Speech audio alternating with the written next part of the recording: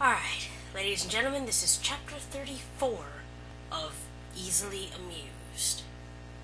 It was official. I was drunk. Oh god. Not falling down drunk, more a little tipsy. Ryan opens the car door. Ryan opened the door for me, and I had to think hard about the best way to get in. It was dark, and the opening looked smaller than before, because that's not an innuendo.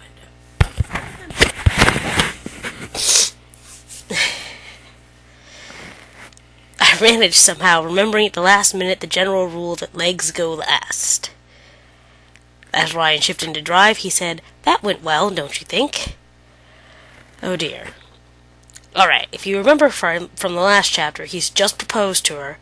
She has a diamond ring, 3 carats. Can you tell how many carats a diamond is while looking at it? I thought that was, like, ballpark. Okay, anyway. I don't know much about diamonds. "Be careful with that," he said, glancing over. "It's on loan from the jeweler, just like your car is a lease." I said I'd need it for a few weeks. Wow, you just borrowed a ring from a jeweler. This is like the worst farce of all time. "They're under the distinct impression that I might possibly be buying it. So what will you say when you return it?" "I will say the love of my life turned me down." He wiped away a pretend tear. "And when they see what a heartbroken, pathetic shell of a man I'll become, they'll gift me with some cheap cufflinks so I won't have to walk away empty-handed. A consolation prize to ensure I don't associate the jeweler with rejection." It sounded like he had experience in this area. What is this? This is what? Oh my god. I can see why newly engaged women kept their nails beautifully manicured. Yeah, mine are, like, crappy as shit right now. I don't know if you...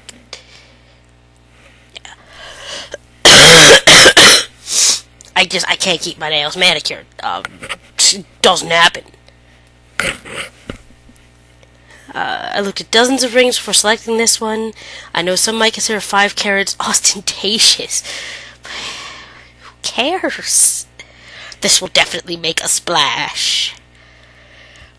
I put on a CD. One of the new Marsalis brothers. I forgot which one immediately after hearing the name. Who? Music was nice, though. In my inebriated state, it played like the soundtrack of a movie in which a movie star handsome man drove his pretend fiancée home after having just made a fake marriage proposal to her at a restaurant. We were enactors, I realized sadly, like Civil War reenactors.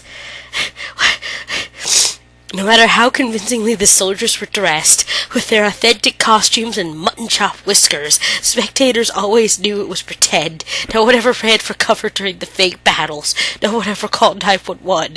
They act like soldiers, but it didn't ring true because it wasn't real. And my relatives would know too. I realized that Ryan and I were... Okay, seriously, what is this? This obsession with...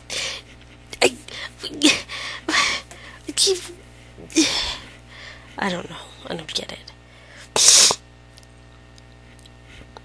We look like 2 people who just started dating. A couple who didn't know each other's middle names or toothpaste preferences. Frauds. Okay, so how about like the dozens of people who just legitimately choose to wait until marriage before actually having sex? 'Cause that's a thing. Like, it's an honest-to-God thing, and there's nothing wrong with that, and there's no reason you couldn't just say that. You know? Oh, we're waiting till our wedding night. Okay, you're weird, but oh well. So what? It's weird anyway. You just met. The timeline works. She's gonna say that they were dating for 5 months, and that's still really fast. So it's not inconceivable that you could. Why am I trying to enable this mockery of? Okay, whatever. Ryan, I've been thinking about the conversation we had on your porch the other day. Do you remember? Sure. When we were talking about Mindy's wedding and you said people can tell if a couple has had sex or not. I remember. Do you really think that's true? Yes, I do. Why do you ask? It's just that I think I've come around to your way of thinking. Oh my god, she is so drunk right now. This is not a good idea. And then he said nothing for the longest time. The longest time. The jazz CD played to the end of the song, and then there was a silence before a new... Okay, that really irritates me. Like, when people just, like, silence. Just letting you stew and think it over further, and so you open your mouth again, dig yourself in, and... I'd reached a new low. I just offered to have sex with a man and got no reaction at all. Then maybe you shouldn't be having sex with him in the first place. It's kind of not a good idea. I turned onto King Street, and I heard him humming along with the music. I turned my head to see his lips curled in a smile. Here we are. He has a garage door. There's a car. They go into the garage. I guess I don't have to ask if you'd like to come in. No, you don't have to ask. Relief flooded over me. I wasn't a complete reject. This guy's like a master manipulator. It's creepy. He's a vampire. He went to do the gentlemanly thing, which was good because that consisted of helping me out of the car and across. If you can't get out of the car on your own, you should not be having sex. You are not in a state to make that decision. It's just not. That's not consent. A short path between the garage and the house, partially shielded by shrubs. When we stood on the threshold, looking towards the house, Ryan whispered, "This is where it gets tricky." Doorways. Doorways are tricky. Got it. I'll remember that. We have to be very quiet because if any of the neighbors are walking by, they'll want to stop and chat and we'll be stuck out here forever. I hate that. Me too. The one with the dogs is the worst. Belinda, he didn't know the half of it. I swear to God, they're made for each other. They're both horrible, despicable, horrible people. Oh my God. Inside the house, he led me into the dark, in the living room. In the dimness, I could see the faint outline of a couch and chair on one wall, the television set up in the corner, a pretty sparse setup, not even a coffee table or ottoman. Do I care? I don't care. Light came from the slats of blinds on the window. "Come here, you." He put his lips on mine and kissed me hard. I slipped off my bolero jacket and then it dropped to the floor. Ryan's face showed approval. "You've been holding out on me. Wow, you look hot in that dress. I can't wait to see you out of it." That is so cheesy. Yes, it was an old line, but it was the first time anyone had ever said it to me. Oh God, here we go. I slid my arms around his neck, still aware of the ring on my finger. We melted together. That sounds painful.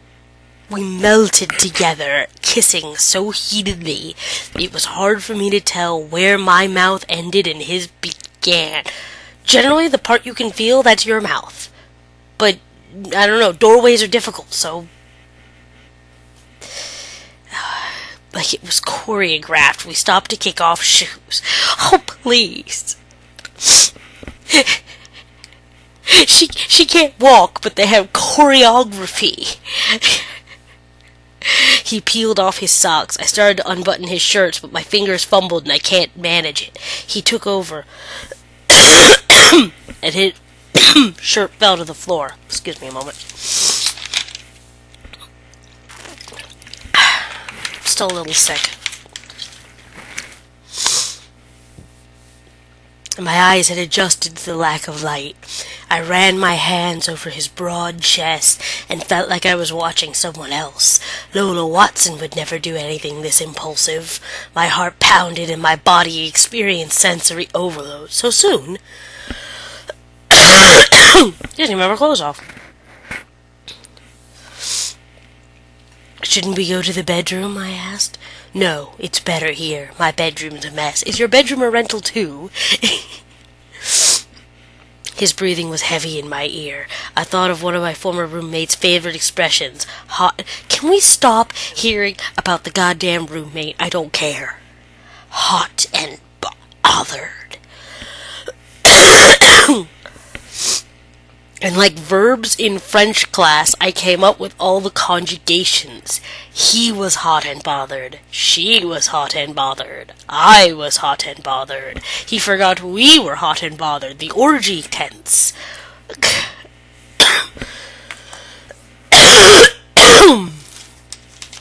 I haven't talked this long since I stopped being sick, so...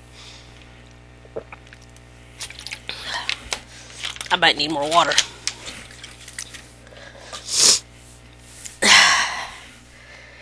He unsnapped the back of my halter dress, and the front fell to my waist. He reached down and tugged impatiently at the waist, but it wasn't going anywhere. "There's a zipper," I said, reaching back. But before I could get to it, he said, "Oh, the hell with it," and maneuvered me back onto the couch. Now that's unrealistic. It's like, but clothes, but I don't... Fuck it. The answer to the age-old question was briefs. Not tighty-whities, thankfully, something darker. Okay. Now he was completely naked on top of me. I was partially unclothed, but all I could think about was the way my dress bunched around my middle, making me feel bulky, like I needed that. So, down to stop for a minute, take it off? No, because this is the... Anyway. He ran his hand up my thigh-high stocking in between my legs. "Someone has too much clothing on," he whispered in my ear. "You think?" I shifted beneath him. "Maybe if I could..." But before I could finish my sentence, he moaned gently. "What do you think of this?" he asked, taking my hand and guiding it to him. I lifted my head to see my hand up against what could only be described as a dodger dog. What?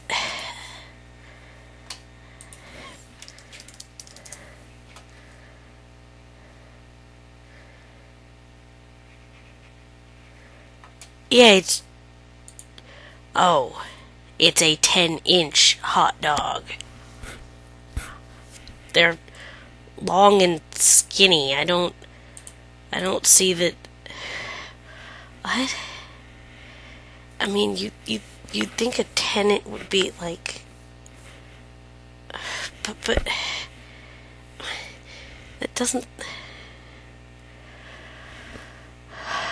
Okay. See what you do to me? Turn him into a hot dog, apparently. Eat him? Put ketchup on him. Relish? Some relish would be good. And then wrap him in a little tiny bun and sell him for $5 at a ball game?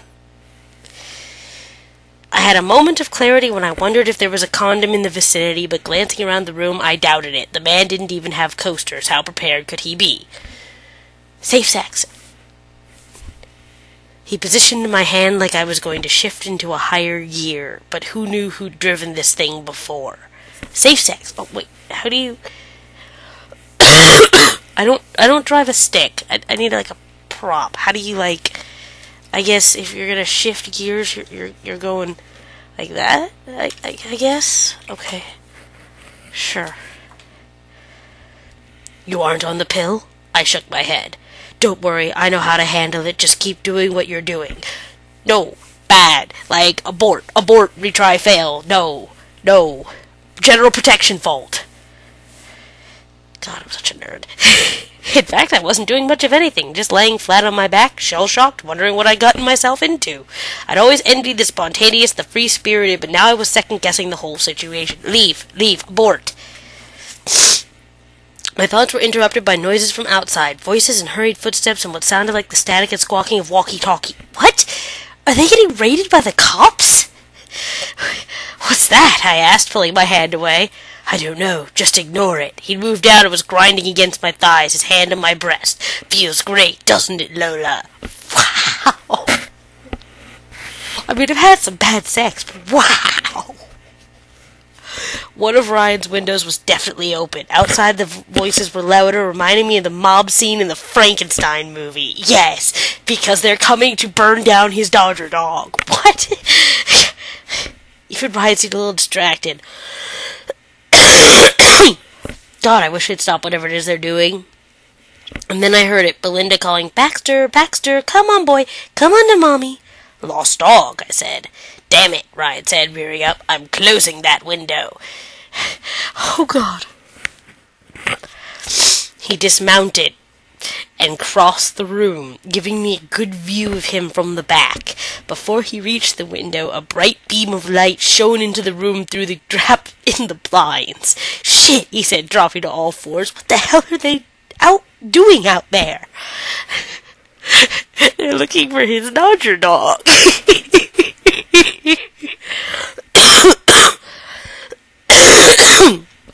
The beam of light swung in a circle. Good God, it looked like an invasion. Do they have a helicopter? I sat up and pulled my halter top in place, snapping it securely, and then walked over to the window to peek between the slats.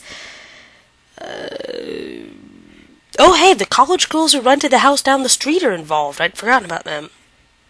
And Belinda, Jasper, chose. Giant flashlight. They're going away, I said, turning back to Ryan, who was still crouched on the floor. Too late now, he said sourly. He stood up, and I could see that, luckily for me, it really was too late. His Dodger dog, snapped off?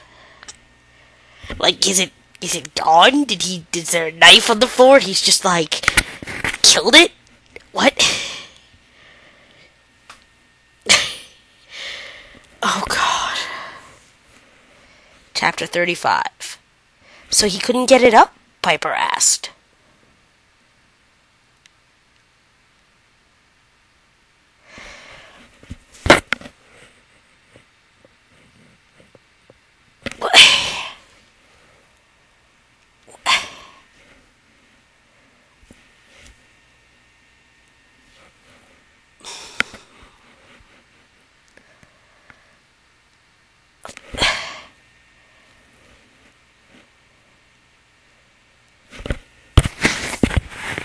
We were walking in the mall, and she was pushing Brandon in his... I hope she put her clothes back on before teleporting to the mall. I just finished giving her the lowdown the previous night. No, it was up at one point, standing proud. It just didn't stay up. There was a commotion outside. The neighbors were looking for a lost dog. Oh, yeah, we were there. You don't have to recap. Yelling flashlight broke his concentration. Oh, God. So what did it look like? What? Don't be so coy. You know what I'm talking about. What did his thing look like? You know those button mushrooms they spear and serve in drinks? I meant before it shrunk. Sort of like a Dodger dog. Oh, one of those.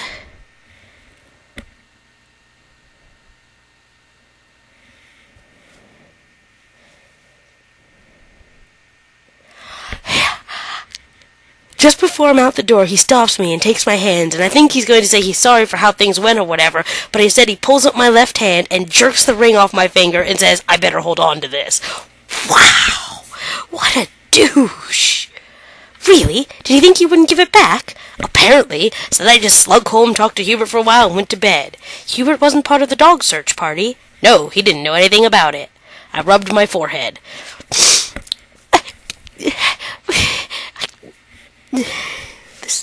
This book is killing me. Hubert Reads Diaries. I must have looked pretty terrible after my ordeal. It was like 30 seconds. You were just like kissy, couch, Dodger dog, done. The ordeal. All bleary-eyed and rumpled. Drunk, hungover. That would be the right word. Lacking a comb, I raked my hair with my fingers during a walk across the street. I had a feeling it didn't help much. How was the date? A bit of a letdown, if you must know. Ah, too bad, but you look great anyway. Really beautiful. It's the dress. No, it's not the dress. I mean, the dress is nice, but it's you I was referring to. Well, it was awesome. Lots of travel. Myra moved in with a husband and a baby. Alt was the first neighbor to greet. Everybody dropped by with flowers and pickles. Lola feels guilty for thinking that they're terrible because she's a terrible person, and we all knew this. Myra's baby got killed. Husband's supposed to be watching the daughter. Daughter ran into the street, hit by a car. Myra never forgave her husband. Then her husband died. And Myra kept saying, I didn't really mean it. Oh, this is depressing. Poor Myra.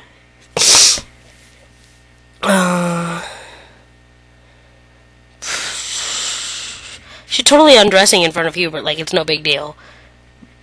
Just stockings are gone. She just reaches up under the dress and takes them off because that doesn't make people uncomfortable.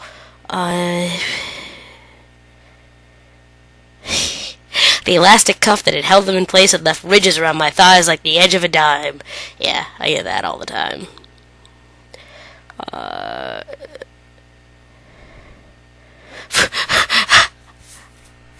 I massaged the marks, which had the unfortunate effect of making them more pronounced. So she's got the dress hiked up to her waist and is rubbing her thighs. Hubert staring in fascination. Do you need some help? No, I just had to get these stockings off. Lola, are you drunk? Just a little bit. What is this? A little bit? I had some wine. How much wine? A lot? I don't know. I lost count. That's a lot. I think it's mostly worn off by now. Why did he look so amused? Because the title of the book, it's amusing. I don't...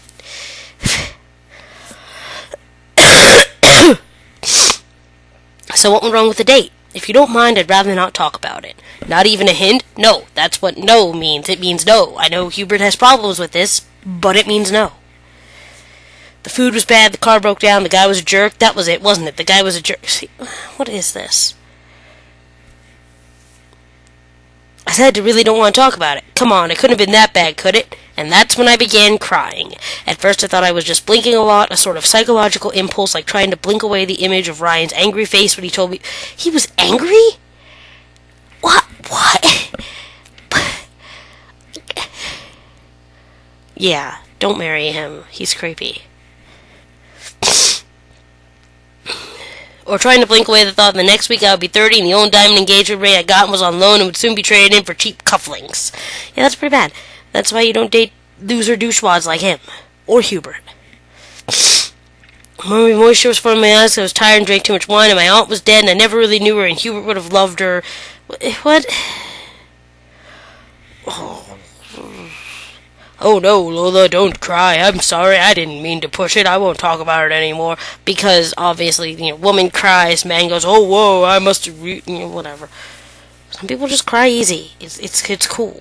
It's like, okay, so what is, like, this woman cry, it has this, like, psychological, like, it's like kryptonite to a man, and it's like, but... I don't, it's old and it's tired and it's played out and just, we cry. Woo, big deal. Alright. Anyway. I could tell by his face we were entering that weird cycle where he felt awful because I felt terrible, then I feel terrible, but making him feel awful, round and round it would go. See, that's why it's weird. That's why it's just like, deal. Sometimes people cry. That don't like... It's not like the end of the world because the crying. Just give them a hug and move on. Well, don't hug her because you'd probably use that as an excuse to cop a feel. But, Okay. It's certainly not nothing if you're this upset. I mean, I have heard that so many times. I cry easily. Frustration. Embarrassment. Water. I can't help it. Alright. Yep, she's in his lap.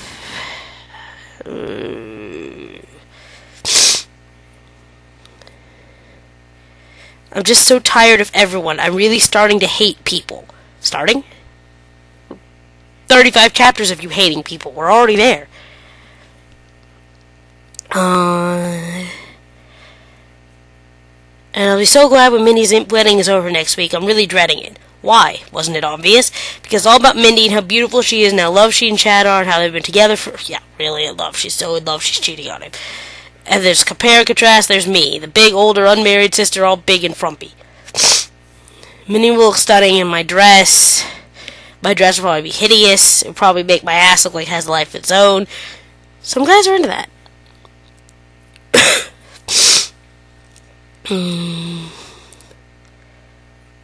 Hubert's not going to the wedding. He's going to the block party. He's not invited to the wedding. He promised Brother Jasper he'd be there all day. She should skip the wedding.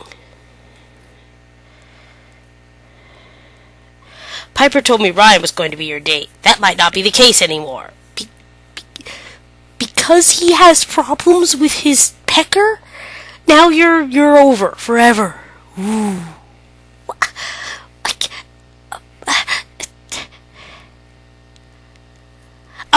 Are we back to the days where, like, if she doesn't give him a firstborn son, she'll be executed as a witch? I mean, what is... Okay. Whatever.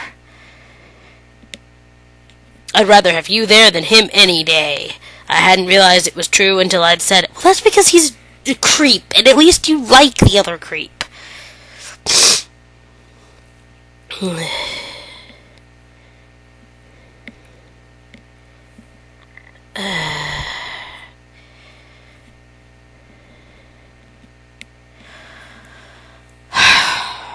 Lola, you'd better get up. My legs are falling asleep.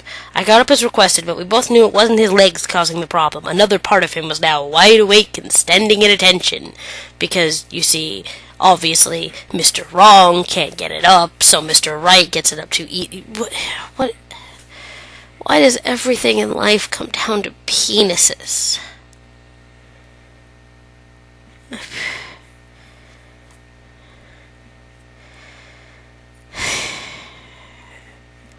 Piper, babies can eat soft pretzels? I guess they can.